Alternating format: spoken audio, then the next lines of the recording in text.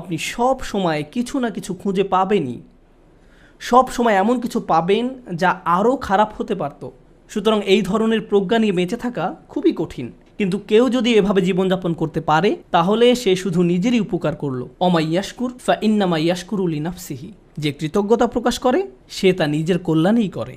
আল্লাহ ওয়াদা করেছেন লা আযীদান্নাকুম, আমি তোমাদের আরও বেশি দান করব। আল্লাহ আপনার জীবনের প্রতিটি ক্ষেত্রেই আপনাকে সমৃদ্ধি দান করবেন, যেমন হেদায়েত, স্বাস্থ্য, রিজিক সহ সকল ক্ষেত্রে সব কিছুই ঠিক হয়ে যাবে যদি আমি আর আপনি আল্লাহর প্রতি কৃতজ্ঞ হতে পারি।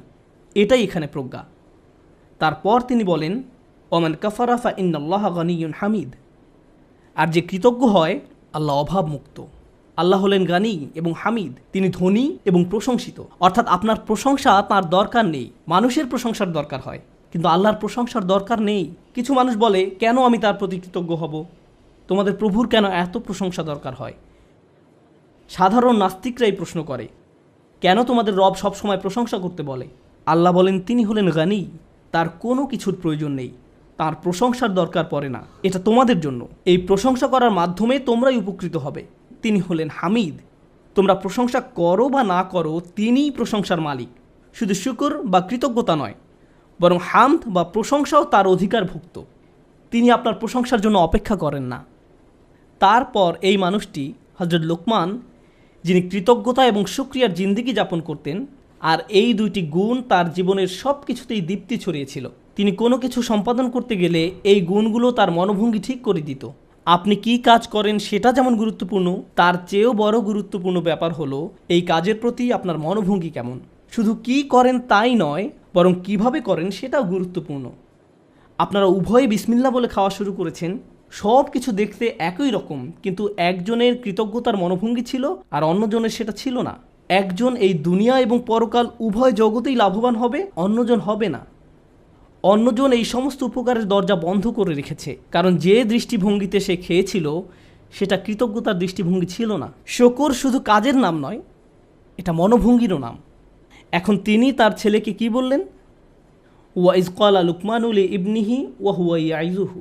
লুকমান যখন উপদেশ দেওয়ার সময় তার ছেলের দিকে ফিরে বললেন, হে আমার ছেলে, আমার প্রিয় সন্তান, লা তুশরিক বিল্লাহ, আল্লাহর সাথে শিরক করো না, আল্লাহর কোনো অংশীদার সাব্যস্ত করো না। কিন্তু আলোচনার সূত্রপাত তো শিরক দিয়ে হয়নি, মূর্তি পূজা নিয়ে তো এই কথাবার্তা শুরু হয়নি। আলোচনা তো ছিল কৃতজ্ঞ হওয়া নিয়ে। আমরা শাব্দিক দৃষ্টিকোণ থেকে একটি বিষয় এখানে শিখছি, শিরক এবং শুকর এর একটি শাব্দিক মিল আছে। কিন্তু আরেকটি বিষয় আমাদের এখানে জানতে হবে, আল্লাহ আমাদের এখানে শেখাচ্ছেন তার সাথে আমাদের সম্পর্কের মূল কেন্দ্রবিন্দু হলো আসলে কৃতজ্ঞতা।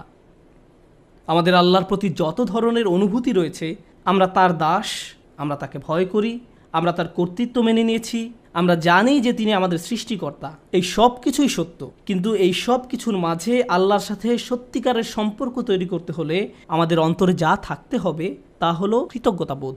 যদি অন্তরে এর উপস্থিতি না থাকে তাহলে অন্তর এমন এক ধরনের শিরকের বসবাস হবে যার সাথে আমরা যুদ্ধ করে পারবো না। কারণ এটা দেখতে মূর্তির মতো নয়, এটাকে দেখতে মিথ্যে কোনো খোদার মতো মনে হয় না। এটা এমন এক ধরনের মূর্তি যার বসবাস অন্তরে। তো তিনি তার সন্তানকে বলেন আল্লাহর সাথে শিরক করো না, আল্লাহর প্রতি অকৃতজ্ঞ হয়েও না বলার পরিবর্তে তিনি এই কথা বললেন, কারণ তিনি যেহেতু মনে করেন কৃতজ্ঞ হওয়াই আসলে প্রজ্ঞা, আল্লাহর পাশাপাশি কোনো কিছুকে স্থাপন করো না। আমরা এটা কিভাবে বুঝব? লুকমান তার ছেলেকে আসলে কী শিক্ষা দিচ্ছেন?